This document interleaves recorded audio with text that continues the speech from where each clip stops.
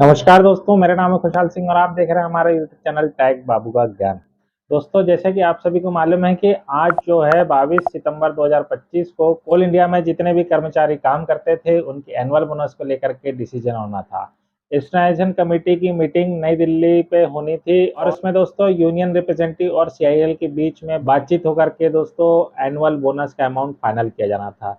लेकिन जैसा कि आप सभी को मालूम है कि एक विवाद सामने आया जो कि इंटक का था। इंटक का विवाद जैसे ही सामने आया तो वो पूरा जो मीटिंग है उसको होल्ड कर दिया गया और अभी तक एनुअल बोनस की राशि फाइनल नहीं हो पाई है। इस वीडियो में मैं आपको कुछ हिडन फैक्ट्स भी बताऊंगा और कुछ पीछे भी लेकर के जाऊंगा। आपको इतिहास बताने का प्रयास करूंगा कि किस कारण से ये डिसीजन लिया गया, कोर्ट ने क्यों डिसीजन दिया और क्यों सीआईएल ने इंटक को स्टैंडार्डाइजेशन कमेटी पे नहीं बुलाया। सारी चीजें दोस्तों हम डिटेल पे डिस्कस करेंगे, इसलिए आप वीडियो में अंत तक जरूर बने रहें ताकि आपको पूरी जानकारी मिल सके। इस वीडियो को दोस्तों हम 3 भाग में बांटेंगे। पहला भाग रहा है कि इंटक के विवाद और उसका इन्वॉल्वमेंट, और दूसरा रहेगा सीआईएल ने इंटक को क्यों नहीं बुलाया और क्या वो फाइनल करने की स्थिति में थी एनुअल बोनस, और तीसरा ये रहेगा कि जो बाकी जो 4 यूनियन के यूनियन रिप्रेजेंटेटिव थे उनका क्या अप्रोच रहा था।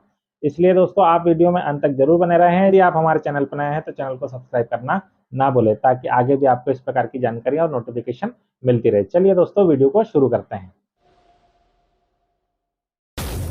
जैसा कि दोस्तों हमने आपको वीडियो को शुरू में बताया है कि इस वीडियो को हम 3 भाग में डिवाइड करेंगे।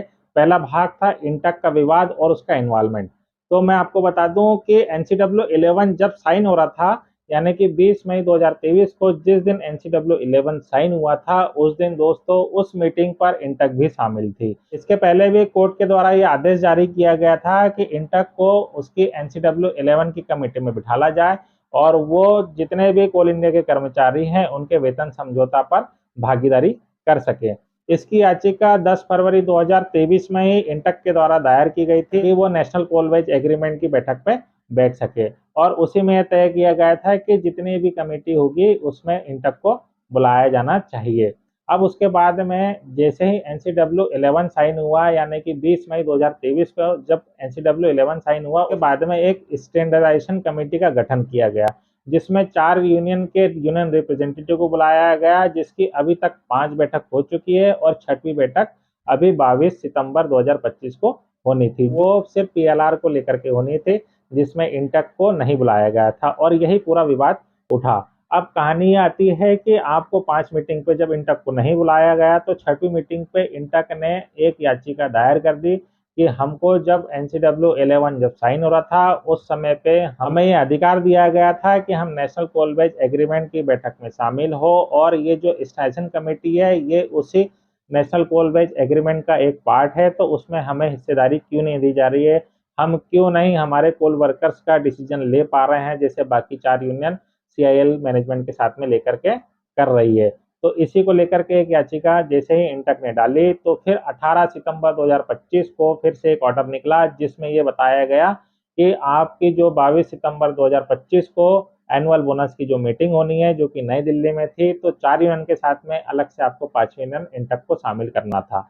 ये आदेश दोस्तों कोर्ट ने दिया। अब जैसे ही कोर्ट ने आदेश दिया तो सीआईएल ने बाकी 4 यूनियन को तो पहले ही पत्र भेज चुके थे और उनको ये बता चुके थे कि भाई आपको उस मीटिंग में उपस्थित होना है, लेकिन इंटक को इन्फॉर्म नहीं किया। इंटक भी उस कोर्ट में पहुंची और 22 सितंबर को कलकत्ता हाई कोर्ट में कोल इंडिया मैनेजमेंट के प्रतिनिधि और इंटक के प्रतिनिधि जो कि वहां के वकील थे उन्होंने वहां पर बात करी कि भैया अभी तक हमको किसी प्रकार का कोई विवाद का सामना नहीं करना पड़ा। जब एनसीडब्ल्यू 11 पे हमको आखिरी मीटिंग पे बुला लिया गया था तब भी किसी ने ऑब्जेक्शन नहीं उठाया, तो फिर हमको स्टैंडार्डाइजेशन कमेटी की बैठक में क्यों नहीं बुलाया जा रहा। आखिर में कोर्ट ने सीधे साफ सुथरे शब्दों में एक बात कह दी कि इंटक यूनियन को किसी भी तरीके से कोई ऑब्जेक्शन नहीं मिला है तो आप उसे स्टैंडार्डाइजेशन कमेटी पे क्यों नहीं बुला रहे हैं, और आपकी जो एनुअल बोनस की जो मीटिंग थी उसको सस्पेंड करके अगले आदेश तक रोक दिया गया है। अब सवाल ये आता है कि हम बात कर रहे थे एनुअल बोनस को लेकर के, अब मेन मुद्दा यहाँ पे कॉम्प्लिकेशंस इसलिए आ गई है क्योंकि वहाँ पे इंटक भी शामिल हो गई है। कोल इंडिया ने इंटक को नहीं बुलाया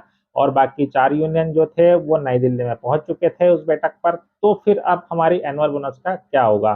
तो एनुअल बोनस की मैं आपको पूरी डिटेल ये बता दूं कि बाकी जो 4 यूनियन है वो एग्री हैं एनुअल बोनस की मीटिंग को लेकर के, और 2 यूनियन ऐसी है जैसे सीटू और एटक इनका ये कहना है कि एटलीस्ट अगर आप अगले आदेश तक मीटिंग को सस्पेंड करते हैं तो ऑल इंडिया के जो कर्मचारी है उनको त्योहार मनाने के लिए एटलीस्ट कुछ अमाउंट तो आप दे दीजिए, यानी कि एडवांस बोनस का भुगतान आप कर दीजिए। यदि आप एडवांस बोनस का भुगतान करेंगे तो कोल इंडिया के बहुत सारे कर्मचारी जो साल भर इस अमाउंट की रास्ता देखते हैं और सोचते हैं कि ये जो बड़ा अमाउंट हमको मिलेगा या तो हम कहीं इन्वेस्ट करेंगे या फिर आप उनकी आवश्यकता अनुसार वो अपनी चीजों को खरीदेंगे। अब बात ये आती है कि जब इंटक शामिल नहीं हुई और बाकी 4 यूनियन एग्री थी तो सीआईएल को डिसीजन लेने में क्यों देरी हुई। इस पूरे केस में दोस्तों एक कॉम्प्लिकेशन और थी कि कोल इंडिया के ऊपर ये ऑब्लिगेशन लगाया गया कि उसने जो है 2023 के ऑर्डर को डिनाई किया, उसने कोर्ट के आदेश को नहीं माना और उसने इंटक को नहीं बुलाया गया। ये एक बड़ा कारण था आज की मीटिंग पे एनुअल बोनस का डिसीजन नहीं होना। और कोर्ट ने ये भी कह दिया है कि ये जो एक्सटेंशन कमेटी की जो मीटिंग है वो दिसंबर 2025 तक सस्पेंड रहेगी, तब तक हम किसी प्रकार की कोई मीटिंग नहीं कर सकते हैं, यानी कि इस बीच में एक्सटेंशन कमेटी की मीटिंग होना लगभग नहीं हो पाएगी। अब हमारा मेन सवाल ये है कि यदि अगर मीटिंग नहीं होती है तो फिर हमारी एनुअल बोनस फाइनल कैसे होगी। तो मैं आपको बता दूं कि ऐसा नहीं है कि इसके बीच में हम एनुअल बोनस का डिसीजन नहीं ले सकते। यदि कोल इंडिया चाहेगी तो 4 यूनियन के साथ में और इंटक को शायद बुला करके अपनी एनुअल बोनस को फाइनल कर दें और कोल इंडिया के लगभग 2,17,000 जो कर्मचारी उसके पास में काम करते हैं वो उनकी एनुअल बोनस का राशि को तय कर दे और उनके खाते पे दशहरा के पहले तक उस अमाउंट को पहुंचा दे।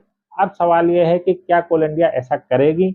दूसरा सवाल है कि सीटू और एटक का ये कहना है कि आप एडवांस पेमेंट एटलीस्ट कर दीजिए, बाकी जो एनुअल बोनस का जो भुगतान होना है वो हम दिसंबर के बाद जो कोर्ट का आदेश हुआ है उसके बाद हम डिसीजन ले लेंगे, तब तक आप एडवांस पेमेंट कर देंगे तो एटलीस्ट कर्मचारी अपना त्योहार मना सकेंगे। सीटू ने तो दोस्तों यहाँ तक कह दिया कि यदि आप एनुअल बोनस का भुगतान नहीं करते हैं या फिर आप किसी डिसीजन पे नहीं आते हैं या एडवांस पेमेंट नहीं करते हैं तो वो आंदोलन पर जाएगी।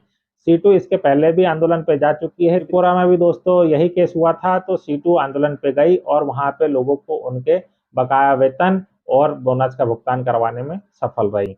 तो आपको क्या लगता है कि क्या एनुअल बोनस का भुगतान इस बार संभव हो पाएगा। आपको लगता है ऐसा है कि दशहरा के पहले क्या कोल इंडिया मीटिंग बुला करके किसी अमाउंट पर किसी डिसीजन पर पहुंच पाएगी। आपको क्या लगता है कि इस बार जो आपकी एनुअल बोनस है वो आपकी कितनी मिलनी चाहिए और क्या वास्तव में उतनी जो आप सोच रहे हैं उतनी आपके खाते में आ जाएगी या फिर एक एडवांस अमाउंट ही आपके खाते पर आ पाएगा। ये सारे सवालों का दोस्तों यदि आपके पास जवाब है तो आप उसे हमारे कमेंट बॉक्स में टाइप करके जरूर बताएं। चलिए दोस्तों मिलते हैं किसी अन्य वीडियो अन्य जानकारी के साथ में, तब तक के लिए जय हिंद जय भारत।